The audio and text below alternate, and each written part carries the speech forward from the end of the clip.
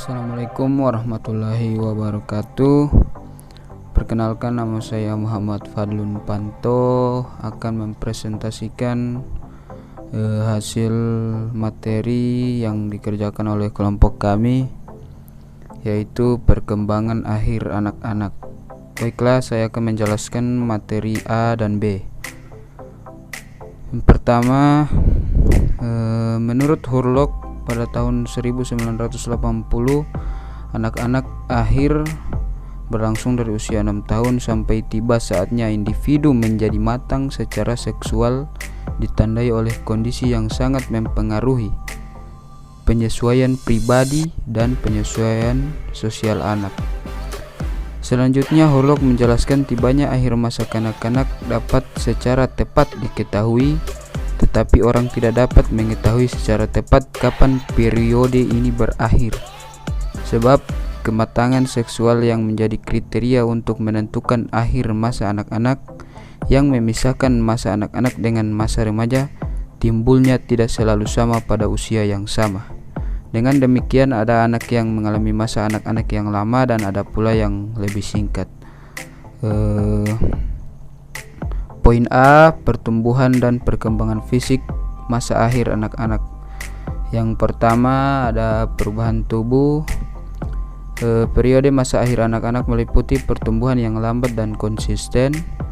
Masa ini adalah suatu periode tenang sebelum pertumbuhan yang cepat menjelang masa remaja. Di antara aspek-aspek penting perubahan tubuh di dalam periode perkembangan adalah aspek-aspek yang berkaitan dengan sistem rangka, sistem otot, dan keterampilan motorik. Poin A, sistem rangka dan otot. Selama tahun-tahun sekolah dasar, anak-anak bertumbuh rata-rata 5 hingga 7,6 cm setahun, sehingga pada usia 11 tahun tinggi rata-rata anak perempuan adalah 147 cm dan tinggi anak laki-laki 146 cm. Selama tahun-tahun pertengahan dan akhir masa anak-anak, berat anak bertambah rata-rata 2,3 hingga 3,2 kilo per tahun. Berat meningkat terutama karena bertambahnya ukuran sistem rangka dan otot serta ukuran beberapa organ tubuh. B, keterampilan motorik. Selama masa pertengahan dan akhir anak-anak, perkembangan motorik pada anak-anak menjadi lebih halus dan lebih terkoordinasi daripada masa awal anak-anak. Misalnya, hanya seorang dari 1000 anak dapat memukul bola tenis meja, memukul bola tenis melampaui net pada usia 3 tahun. Tetapi pada usia 10 tahun, 10 atau 11 tahun, kebanyakan anak-anak dapat belajar bermain olahraga. Ketika anak-anak memasuki tahun-tahun sekolah dasar, mereka memperoleh kendali yang lebih besar atas tubuh mereka dan dapat duduk serta berdiri dalam waktu yang lebih lama. Tetapi anak-anak sekolah dasar jauh lebih dari kedewasaan fisik, dan mereka harus aktif. Tindakan fisik adalah penting bagi anak-anak ini untuk memperluas keterampilan mereka yang sedang berkembang, seperti memukul bola, melompat tali, atau melakukan suatu gerak keseimbangan di atas balok. Oleh karena itu, pada prinsipnya anak-anak sekolah dasar harus terlibat secara aktif dalam kegiatan-kegiatan. B, perkembangan kognitif pada masa anak-anak. Dalam keadaan normal, pikiran anak usia sekolah dasar berkembang secara berangsur-angsur dan secara tenang. Anak-anak betul-betul ada dalam stadium belajar. Di samping keluarga, sekolah memberikan pengaruh yang sistematis terhadap pembentukan akal budi anak. Ingatan pada usia 8-12 tahun ini mencapai intensitas yang paling besar dan yang paling kuat. Daya menghafal dan daya memorisasi dengan sengaja memasukkan dan melekatkan pengetahuan dalam ingatan adalah paling kuat, dan anak-anak mampu memuat jumlah materi ingatan paling banyak. Kehidupan fantasi dalam perubahan penting pada usia 8-9 tahun. Anak-anak menyukai sekali cerita dongeng, misalnya Timun Emas, Bawang Merah dan Bawang Putih, Malin Kundang, dan cerita dongeng lainnya. Unsur-unsur yang hebat dan ajaib dalam dongeng-dongeng ini mencekam segenap minat anak. Lambat laun unsur kritis mulai muncul dan anak-anak mulai mengoreksi peristiwa yang dihayati. Namun unsur fantasi masih tetap memegang peranan penting.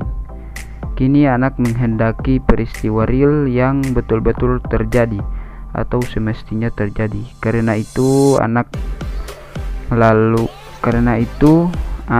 menyenangi cerita-cerita kepahlawanan. Oke, baiklah, terima kasih. Itulah presentasi materi dari saya. Selanjutnya akan dilanjutkan oleh pemateri berikutnya. Wassalamualaikum warahmatullahi wabarakatuh. Assalamualaikum warahmatullahi wabarakatuh. Perkenalkan, nama saya Carolina Alfitri Podomi. Saya dari kelompok 3 ingin mempresentasikan materi saya, yaitu tentang perkembangan bahasa pada masa akhir anak-anak.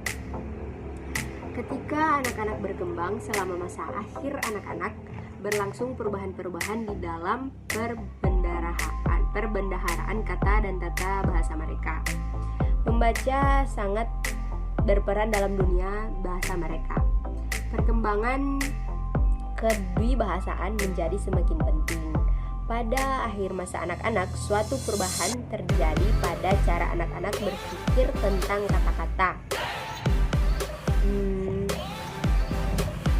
Mereka menjadi kurang terikat dengan tindakan-tindakan dan dimensi-dimensi spiritual yang berkaitan dengan kata-kata, dan pendekatan mereka menjadi lebih analitis terhadap kata-kata.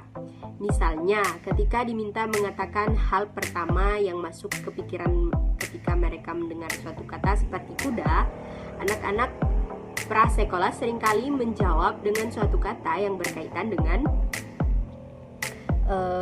konteks yang dekat dengan seekor kuda. Seorang anak-anak mungkin mengaitkan kata kuda dengan suatu kata yang menunjukkan penampilan, putih, atau besar.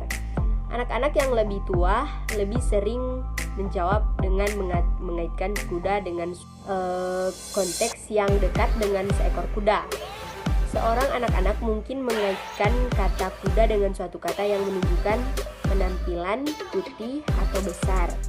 Anak-anak yang lebih tua lebih sering menjawab dengan mengaitkan kuda dengan suatu kategori yang tepat atau binatang, atau dengan informasi yang secara intelektual memperluas konsep joki atau dokter hewan. Peningkatan kemampuan anak-anak sekolah dasar untuk menganalisis kata-kata menolong mereka memahami kata-kata yang tidak berkaitan langsung dengan pengalaman pribadi mereka. Ini memungkinkan anak-anak menambahkan kata-kata yang lebih abstrak ke dalam perbendaharaan kata mereka. Misalnya batu-batuan berharga dapat dipahami dengan memahami ciri-ciri umum berlian dan zamrud. Anak-anak membuat kemajuan-kemajuan yang sama di dalam kata bahasa. Peningkatan penalaran logis dan keterampilan analitis anak-anak dasar menolong mereka dalam memahami konstruksi semacam penggunaan komparatif, perbandingan yang sesuai atau lebih pendek, lebih dalam, dan kata-kata sifat atau bila Anda presiden. Pada akhir tahun-tahun sekolah dasar, anak-anak biasanya dapat menerapkan banyak aturan tata bahasa secara tepat.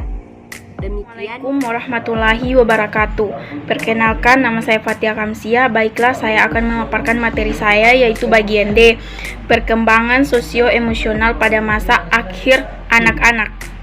Ketika anak-anak memasuki masa akhir anak-anak, para orang tua hanya memberikan sedikit waktunya untuk mereka. Menurut suatu investigasi, waktu yang dihabiskan oleh orang tua mengasuh, mengajar, berbicara, dan bermain dengan anak-anak mereka yang berusia 5 hingga 12 tahun, kurang dari setengah dari waktu yang dihabiskan ketika anak-anak masih lebih kecil. Interaksi orang tua anak selama masa awal anak-anak berfokus pada hal-hal seperti kesopanan, jadwal tidur, pengendalian amarah, berkelahian dengan saudara-saudara kandung dan teman-teman sebaya, perilaku yang tata krama makan, kebebasan dalam berpakaian, dan mencari perhatian. Meskipun beberapa dari isu ini, misalnya berkelahi dan mereaksi atas disiplin, hanya isu baru muncul pada usia 7 tahun.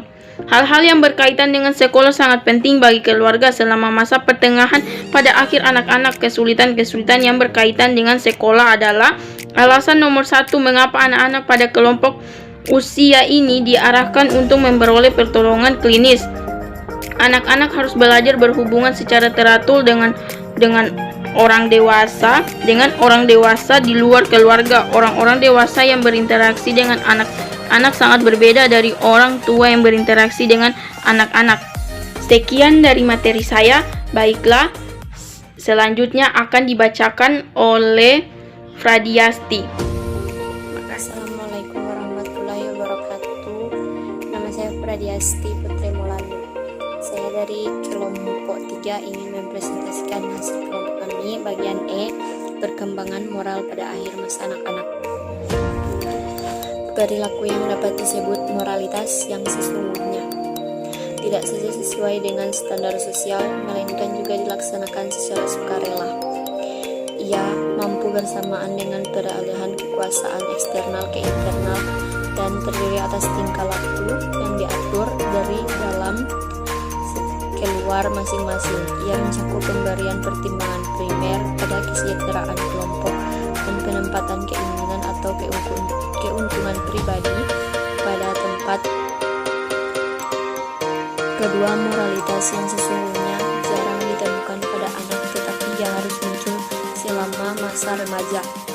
Pada saat lahir, tidak ada anak yang memiliki hati nurani atau skala nilai. Akibatnya, tiap bayi yang baru lahir dapat dianggap amoral dan tidak ada seorang anak pun yang dapat diharapkan mengembangkan kode moral sendiri. Sebaliknya, tiap anak harus diajarkan standar kelompok tentang yang benar dan yang salah. Belajar berperilaku dengan cara yang disetujui masyarakat merupakan proses panjang dan lama yang terus berlanjut hingga masa remaja. Dalam mempelajari sikap moral terdapat 4 pokok utama. Yang pertama ada mempelajari apa yang diharapkan kelompok sosial dari anggotanya sebagaimana dicantumkan dalam hukum, kebiasaan, dan peraturan. Yang kedua ada mengembangkan hati nurani. Yang ketiga, belajar mengalami perasaan bersalah dan rasa malu bila perilaku individu tidak sesuai dengan harapan kelompok. Dan yang terakhir, ada mempunyai kesempatan untuk interaksi sosial untuk belajar apa saja yang diharapkan anggota kelompok. Berikut ini uraian membahas tentang perkembangan moral untuk lebih dipahami oleh orang tua dan orang dewasa lainnya, serta pendidik, seperti guru dan konselor. Yang pertama ada pola perkembangan moral. Di antara berbagai usaha untuk memperlihatkan bagaimana perkembangan moral anak berkaitan dengan bergantungan pada perkembangan kecerdasan. Yang paling konduktif adalah studi Piaget dan Colbert. Yang pertama adalah tahapan perkembangan moral menurut Piaget. Menurut Piaget, perkembangan moral terjadi dalam tahapan yang jelas. Tahapan pertama disebut Piaget tahap realisi moral atau moralitas oleh pembahasan. Tahap kedua disebutnya tahap moralitas otonomi atau moralitas oleh kerjasama atau hubungan timbal balik. Dalam tahap pertama, perilaku anak ditunjukkan oleh ketaatan otomatis terhadap peraturan tanpa penularan atau penilaian. Dalam tahap perkembangan moral ini, anak menilai tindakan sebagai benar atau sebagai salah. atas dasar konsekuensinya dan bukan berdasarkan motivasi di belakangnya. Tahap kedua, perkembangan moral ini bertepatan dengan tahapan operasi formal dari Piaget dalam perkembangan kognitif, tak kala anak mampu mempertimbangkan semua cara yang mungkin untuk memecahkan masalah tertentu dan dapat bernalar atas dasar hipotetis dan dalil. Yang kedua ada tahapan perkembangan moral menurut Kohlberg. Kohlberg telah melanjutkan penelitian Piaget dan telah menguraikan teori Piaget secara terinci dengan memberi 3 tingkatan perkembangan moral. Masing-masing tingkat terdiri atas 2 tahapan. Yang tingkat pertama, moralitas prakonvensional, perilaku anak tunduk pada kendali eksternal. Dalam tahap pertama tingkat ini, anak itu berorientasi pada kebutuhan dan hukuman dari moralitas suatu tindakan dinilai atas dasar hukuman dan moralitas suatu tindakan dinilai atas dasar akibat fisiknya. Pada tahap kedua, harapan sosial untuk memperoleh penghargaan. Terdapat beberapa bukti resiksionalitas dan berbagai, tetapi hal itu lebih mempunyai dasar tukar-menukar daripada perasaan keadaan yang sesungguhnya. Tingkat kedua, moralitas konvensional atau moralitas peraturan konvensional dan penyesuaian. Dalam tahap pertama tingkat ini, moralitas yang anak yang baik. Anak itu menyesuaikan dengan peraturan untuk mendapatkan persetujuan orang lain dan untuk mempertahankan hubungan baik dengan mereka. Dalam tahap kedua tingkat ini, anak yakin bahwa bila kelompok sosial menerima peraturan yang sesuai bagi seluruh anggota kelompok, mereka harus berbuat sesuai dengan peraturan itu agar terhindar dari kesamaan dan ketidaksetujuan sosial. Yang kedua ada fase perkembangan moral. Yang pertama ada perkembangan perilaku moral. Anak dapat belajar untuk berperilaku sesuai dengan cara yang disetujui melalui cara coba ralat, melalui pendidikan langsung, atau melalui identifikasi. Di antara ketiganya, pendidikan langsung dan identifikasi bukan saja merupakan metode terbaik, tetapi juga yang paling luas digunakan. Dan yang kedua ada perkembangan konsep moral. Fase kedua dari perkembangan moral adalah fase belajar tentang konsep moral atau prinsip benar dan salah dalam bentuk abstrak dan verbal. Ini tentu saja terlalu sulit bagi seorang anak kecil. Latihan dalam prinsip moral karenanya harus mengunjung hingga anak telah mempunyai kemampuan mental untuk membuat generalisasi dan mentransfer prinsip tingkah laku dari satu situasi ke situasi yang lain. Konsep moral yang digeneralisasikan yang mencerminkan nilai sosial dikenal sebagai nilai moral. Nilai moral anak tidak statis, sebaliknya nilai ini cenderung berubah dengan bertambah luasnya lingkup sosial anak dan pergaulan dengan yang lebih banyak orang dan dengan orang lain yang nilainya berbeda dari mereka pelajari di rumah. Tetapi pada waktu anak mencapai masa remaja, kode moralnya sudah agak terbentuk, walaupun mereka masih akan berubah bila harus tunduk pada tekanan sosial yang kuat. Bila harus perubahan itu terjadi, perubahan ini biasanya melibatkan pergeseran dalam penekanan. Pergeseran ini umumnya menjurus ke arah moralitas konvensional atau moralitas kelompok sosial orang dewasa. Sekian dari saya. Perkenalkan, nama saya Ventia Dawia Juali. Saya dari kelompok 3 ingin mempresentasikan materi saya, yaitu beberapa minat umum pada masa anak-anak. Minat merupakan sumber motivasi yang mendorong orang untuk melakukan apa yang mereka inginkan bila mereka bebas memilih. Bila mereka melihat bahwa sesuatu akan menguntungkan, mereka merasa berminat. Setiap minat memuaskan suatu kebutuhan dalam kehidupan, walaupun kebutuhan itu mungkin tidak segera tampak bagi orang dewasa. Ada 5 minat umum pada masa anak-anak, yaitu pertama, pentingnya minat. Pada semua usia, Minat memainkan peran yang penting dalam kehidupan seseorang dan mempunyai dampak yang besar antar perilaku dan sikap. Jenis pribadi anak sebagian besar ditentukan oleh minat yang berkembang selama masa kanak-kanak. Yang kedua, aspek-aspek minat. Semua minat mempunyai dua aspek, yaitu aspek kognitif dan aspek afektif. Aspek kognitif didasarkan atas konsep yang dikembangkan anak mengenai bidang yang berkaitan dengan minat. Aspek afektif atau bobot emosional, konsep yang membangun aspek kognitif minat dinyatakan dalam sikap terhadap kegiatan yang ditimbulkan minat. Yang ketiga, minat anak pada sekolah. Dalam pola yang dapat diramalkan dari minat pada sekolah cenderung berkurang dan digantikan dengan rasa bosan atau ketidaksukaan. Yang keempat, kondisi yang mempengaruhi minat anak pada sekolah. Pengalaman dini sekolah, anak yang secara fisik dan intelektual telah siap untuk kelas 1 mempunyai sikap yang lebih positif terhadap sekolah dibandingkan anak yang belum siap untuk sekolah. Yang kelima, minat anak pada pekerjaan di masa mendatang jauh sebelum anak masuk sekolah. Mereka mulai menunjukkan minat pada pekerjaan masa mendatang apa yang mereka lakukan bila sudah dewasa, ditambah dengan apa yang didengar atau dilihat mengenai berbagai pekerjaan. Faktor yang mempengaruhi minat dan sikap anak terhadap pekerjaan yaitu: pertama, sikap orang tua, kedua, kegaguman pada seseorang, ketiga, kemampuan dan minat, keempat, stereotip budaya. Terima kasih. Assalamualaikum warahmatullahi wabarakatuh.